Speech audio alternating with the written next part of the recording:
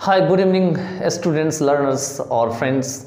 आज जो है हम एक नया टेंस फ्यूचर परफेक्ट टेंस करने जा रहे हैं और फ्यूचर परफेक्ट टेंस में जानेंगे कि फ्यूचर परफेक्ट टेंस कहाँ यूज़ होते हैं और उसको किस किस तरीके से यूज़ किया जाता है। तो इसके मुख्य क्रिया के अंत में चुका होगा, चुकी होगी, चुके होंगे, या होगा, ये होंगे, ई होगी, आ होगा, इत्यादि ऐसे होते हैं। और ये जो काम होता है फ्यूचर में वो कोई तुरंत अगर समाप्त हुआ होगा तो ऐसे सेंटेंस को जो है हम फ्यूचर परफेक्ट टेंस में रखते हैं। एक मैंने सेंटेंस और टेंस का वीडियो बना रखा है, अगर आपने उस वीडियो को नहीं देखा होगा तो जाके आप देख लीजिएगा कि टेंस और सेंटेंस में क्या डिफरेंस है। साथ ही में इसमें कुछ स्पेशल थिंग्स बताएंगे जो आपको साथ में तैयार करने हैं। इसके हेल्पिंग वर्ब डबल होते हैं, एक तो होते हैं विल और एक होते हैं शैल। तो विल हैव और शैल हैव इससे बनते हैं। पहला स्पेशल थिंग तो ये बता दिया कि विल हैव से और शैल हैव से बनते हैं। दूसरा सेकंड स्पेशल थिंग है कि इसमें मेन वर्ब की थर्ड फॉर्म लगती है। ठीक है, मेन वर्ब की थर्ड फॉर्म लगती है। इसी को पास्ट पार्टिसिपल फॉर्म भी कहा जाता है। ठीक है, नेक्स्ट थिंग्स है, ये जो फ्यूचर परफेक्ट टेंस है इसके साथ प्रेजेंट सिंपल टेंस का भी यूज होता है। ये दोनों जब मिलता है आकर के आपस में तो ये बन जाता है कॉम्प्लेक्स सेंटेंस, पास्ट परफेक्ट की तरह। ये भी हम आपको आगे बताएंगे। इसके बाद नेक्स्ट जो स्पेशल थिंग्स है वो ये है कि ज़्यादातर इस सेंटेंस में क्या होते हैं, तो आपको प्रीपोजिशन बाय का यूज़ आपको देखने को मिलेगा। जैसे कि वह 5 बजे तक काम कर चुका होगा तो वहाँ तक के लिए बाय का यूज़ होगा। ठीक है, वहाँ टिल का या कोई और प्रीपोजिशन का यूज़ नहीं होगा। तो अब इसी से हम जो है बनाते हैं, देखते हैं। सबसे पहले हम इसमें एक डिक्लेरेटिव सेंटेंस बनाएंगे। डिक्लेरेटिव को ही आपको पता है कि असर्टिव सेंटेंस कहा जाता है। डिक्लेरेटिव को ही डिक्लेरेटिव या असर्टिव को ही इसी में आते हैं। आपके कौन कौन से आते हैं, एक अफर्मेटिव आते हैं जिसको कि पॉजिटिव सेंटेंस भी कहा जाता है, पॉजिटिव। और एक आते हैं आपके, वो आते हैं नेगेटिव, नेगेटिव सेंटेंस आते हैं। तो अभी हम टेंस कौन सा पढ़ रहे हैं, फ्यूचर परफेक्ट टेंस, और सेंटेंस कौन सा बनाने जा रहे हैं, तो अफर्मेटिव, पॉजिटिव या नेगेटिव। इसके जो फॉर्मूले बनते हैं वो बनते हैं सब्जेक्ट प्लस विल शैल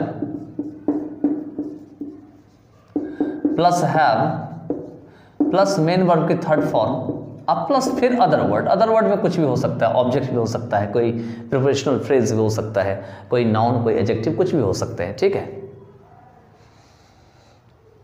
तो चलिए बनाते हैं। पहला सेंटेंस लिखते हैं। देखिए, पहले लिखते हैं अफर्मेटिव, पॉजिटिव में, तो नेगेटिव वाले को मिटा देते हैं फिलहाल में। ठीक है, ताकि कंफ्यूजन से आप बचे रहें। हम लोग जरूर मैच जीत चुके होंगे, जीत चुके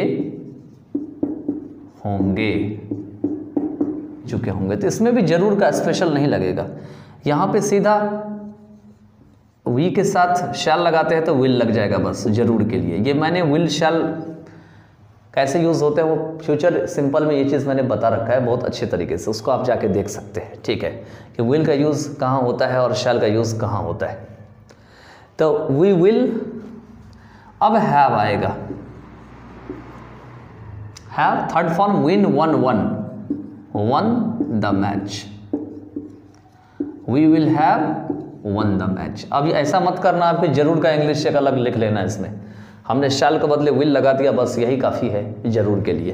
तो we will have won the match. अब आता है बारी यहाँ पे नेगेटिव की। पॉजिटिव अफर्मेटिव तो हो गया। अगर सपोज करो इसी सेंटेंस को नेगेटिव में बनाना हो, नेगेटिव में बनाना हो तो कैसे बनाएंगे, तो क्या बन जाएगा, हम लोग जरूर मैच नहीं जीत चुके होंगे, तो हम जरूर को मिटा देते हैं सबसे पहली बात तो, और सब्जेक्ट को भी मिटा देते हैं, दूसरा सब्जेक्ट को ही रख लेते हैं। वह मैच नहीं जीत चुके होंगे इस सेंटेंस में, ठीक है। तो यहां से क्या बन जाएंगे, ही विल। ध्यान दीजिएगा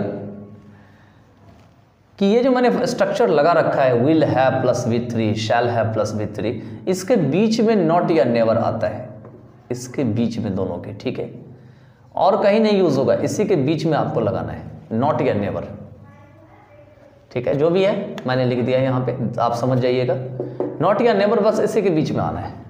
तो ही विल, अब अगला सेकंड हेल्पिंग आएगा तो उससे पहले हम नॉट को लगा देंगे, नॉट, अब लगाएंगे हैव, जैसे कि मैंने बता रखा है, not have won the match, will not have won the match. अब यहाँ पे द का यूज मैंने क्या किया, ये आप आर्टिकल के चैप्टर में जाके देख सकते हैं, ठीक है। चलिए आगे चलते हैं।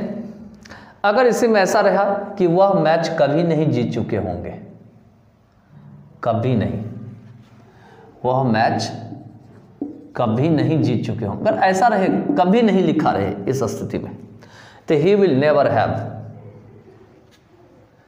Never have.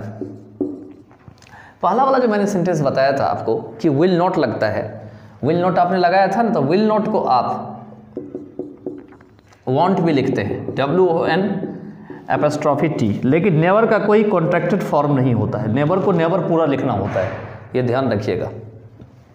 चलिए इंट्रोगेटिव बनाते हैं।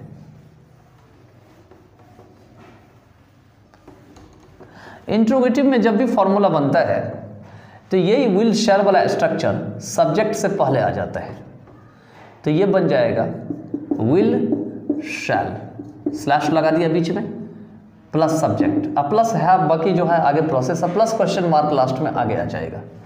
इससे बना लेंगे हम इंट्रोगेटिव, इंटेरोगेटिव।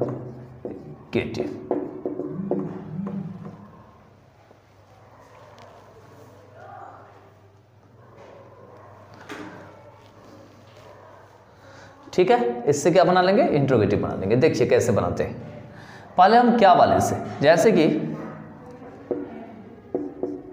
क्या वे 5 बजे तक, 5 बजे तक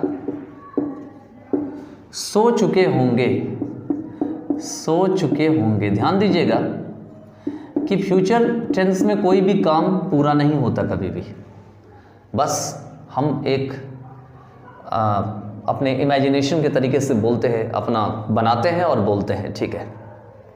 तो क्या वे 5 बजे तक सो चुके होंगे, तो क्या बनाएंगे, वे के साथ क्या लगाते हैं, विल, तो शुरू में विल लग जाएगा। यही विल क्या के लिए यूज हो जाएगा, क्या के लिए भी यूज हो जाएगा और गागे के लिए भी यूज हो जाएगा। यही विल शैल का मतलब दोनों हो गया। विल दे हैव, सोना का sleep, second form slept, third form भी slept. Will they have slept by, 5 बजे तक के लिए, यहां तक के लिए फ्यूचर में बाय लगाते हैं, बाय 5 o'clock, लास्ट में क्वेश्चन मार्क। अब अगर ऐसा हो कि वे 5 बजे तक क्यों सो चुके होंगे, तो यहां पे तो विल ऐसे ही रहेगा, इस क्यों को उठा के आप यहां शिफ्ट कर दीजिएगा, जिसका इंग्लिश वाई होता है, और फिर ये W छोटा हो जाएगा। Why will they have slept by 5 o'clock, बस इतना ही है इसमें। नेगेटिव अगर बनाना हो आपको, विल 5 बजे तक क्यों नहीं सो चुके होंगे, यहाँ पे नहीं हो तो 2 स्ट्रक्चर बनेगा। पहला तो ये वांट हो जाएगा, विल नॉट। दूसरा स्ट्रक्चर बनेगा, यहाँ पे विल ऐसे ही रहेगा, दे भी ऐसे ही रहेगा, यहाँ पे नॉट आ जाएगा। या तो why won't they have slept by 5 o'clock, या why will they have, they not have, why will they not have slept by 5 o'clock। अगर इसी में रहे वे 5 बजे तक कभी क्यों नहीं सो चुके होंगे, कभी, ऐसा है। तो यहाँ तो वांट खत्म ही हो जाएगा, यहाँ से भी ये चीज़ खत्म हो जाएगी, नॉट खत्म हो जाएगी सारी, बस। वाई विल दे नेवर, यहाँ केवल नेवर लगेगा। नेवर केवल सब्जेक्ट और हैव के बीच में आता है, ध्यान रखिएगा, ना तो सब्जेक्ट से पहले आता है ना हैव के बाद आता है। अब हम फ्यूचर परफेक्ट को प्रेजेंट सिंपल के साथ जोड़ के बनाते हैं कि कैसे बनता है। देखिए ध्यान दीजिएगा सेंटेंस के ऊपर। इसका मतलब ये हुआ कि एक तरफ सूरज उगती है और दूसरी तरफ वो सो चुका होगा, लेकिन काम पहले क्या है यहाँ पर में, पहले है कि सूरज तो ऐसा लगता है कि बाद में निकली है। सेंटेंस पढ़ने से आपको पता लग गया होगा कि काम कौन सा पहले होता है। लिखा तो सीधा है लेकिन ऐसा लगता है काम सोने का पहले हुआ है, वह सो चुका होगा, और सूरज उगने से पहले, इसका मतलब सूरज बाद में उगा है, यही तो मतलब हुआ ना। सूरज बाद में उगा है और वह सोया पहले है।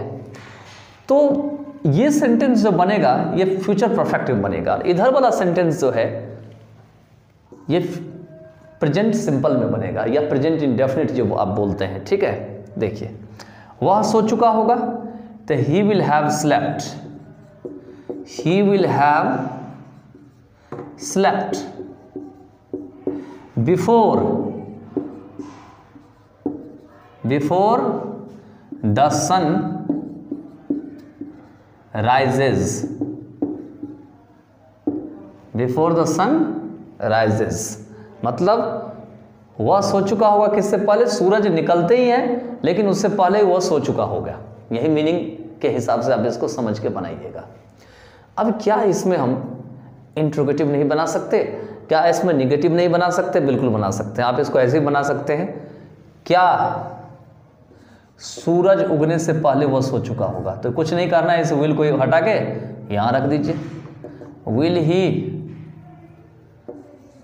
Have slept. अब यहां पर मैं ही को देख के हैज मत लगा दीजिएगा कि यहां ही है तो यहां ही के साथ हैज का यूज करते नहीं, यही प्रॉब्लम होती है। जब भी कभी डबल हेल्पिंग हो, ध्यान दीजिएगा, जहां भी कहीं डबल हेल्पिंग हो वहां हमेशा हैव की पावर ज़्यादा हो जाती है और हैव ही यूज़ होता है, हैज़ खत्म हो जाता है। यही कारण है कि डू यू हैव होता है ना कि डू यू हैज़ होता है, डज ही हैव होता है ना कि डज ही हैज़ होता है, क्योंकि पावर खत्म हो जाती है उसकी। पहला हेल्पिंग ही सब कुछ संभाल लेता है, सारे काम को संभाल लेता है, और आगे वाला हेल्पिंग ऐसे का ऐसे ही रह जाता है। तो विल ही हैज़ नहीं, विल ही हैव ही होगा, ठीक है। Will he have slept before the sun rises, यहाँ क्वेश्चन मार्क इंग्लिश में भी लग जाएगा और हिंदी में भी लग जाएगा, क्योंकि दोनों ही इंट्रोगेटिव बन गया। अब अगर इसी सेंटेंस को मान के चलिए आपको ऐसे बनाना हो, सूरज उगने से पहले वह क्यों सो चुका होगा,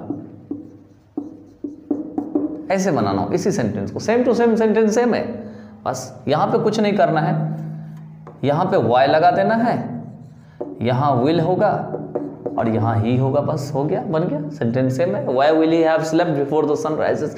इस स्ट्रक्चर को पास्ट परफेक्ट की तरफ बदलना नहीं होता है। जैसे पास्ट परफेक्ट में हम इस स्ट्रक्चर को भी बदल देते थे, लेकिन इसमें नहीं संभावना बनता है। इसमें ये जैसे है वैसे ही रहेगा। जो भी बदलाव होता है ज़्यादातर ये फ्यूचर परफेक्ट में ही बदलाव होता है, इसमें कोई बदलाव नहीं होता। ये जैसे प्रेजेंट सिंपल या इंडेफिनिट हम बनाते हैं वैसे ही हम बनाते रहेंगे, ठीक है। अब अगर ऐसा हो सूरज उगने से पहले वह क्यों नहीं सो चुका होगा, तो क्या बनाएंगे, वाई विल ही नॉट, एक नॉट तो यहाँ आ जाएगा, दूसरा यहाँ पर मैं विल नॉट को एक ही साथ यहाँ पे वांट लिख दीजिए, वाई वांट ही हैव, बस हो गया। या तो वाई विल ही नॉट लिख लीजिए have, why will he not have slept, आगे तो ऐसे ही रहेगा, या वाई वांट ही हैव, अब ये नॉट हट जाएगा क्योंकि विल और नॉट के बदले वांट हमने यहाँ पे लगा दिया है, slept before the sun rises. तो हमको लगता है ये कॉन्सेप्ट आपको क्लियर हो चुका होगा। एक कभी नहीं है तो कभी नहीं का भी आपको ऐसे ही बनाना है, सूरज उगने से पहले वह कभी क्यों नहीं सो चुका होगा, ऐसे अगर सेंटेंस हो तो why will he never, not के जगह पे नेवर आएगा, why will he never have slept before the sun rises. अभी तो हमने वीडियो बनाना शुरू किया है, फ्यूचर में बहुत सारे सेंटेंस को हम जो है वो एग्जामिन करेंगे, उसको हम ऐसे में ले जाएंगे और जानेंगे कि उसके अंदर में क्या क्या चीज़ें हैं जिसको हमें समझना है। ठीक है, तो फिलहाल में तो इतना ही काफ़ी है समझने के लिए। चलिए, अगर आपको कोई डाउट्स हो तो आप हमें पूछ सकते हैं। बाकी आप 5-5 सेंटेंस इस तरह के अफर्मेटिव, नेगेटिव, इंट्रोगेटिव आप कमेंट बॉक्स में या आप अपने नोटबुक में बनाकर प्रैक्टिस में ला सकते हैं। कमेंट बॉक्स में बनाएंगे तो कोशिश करेंगे हम सब उसको चेकआउट करेंगे। अगर कुछ ऐसा रहता है, कुछ नया चीज़ मिलता है तो हम उसके ऊपर वीडियो भी बनाएंगे और हो सकता है उसको रिप्लाई भी आपको हम हैंड टू हैंड दे दें वहीं पे। तो चलिए, bye then just take care yourself.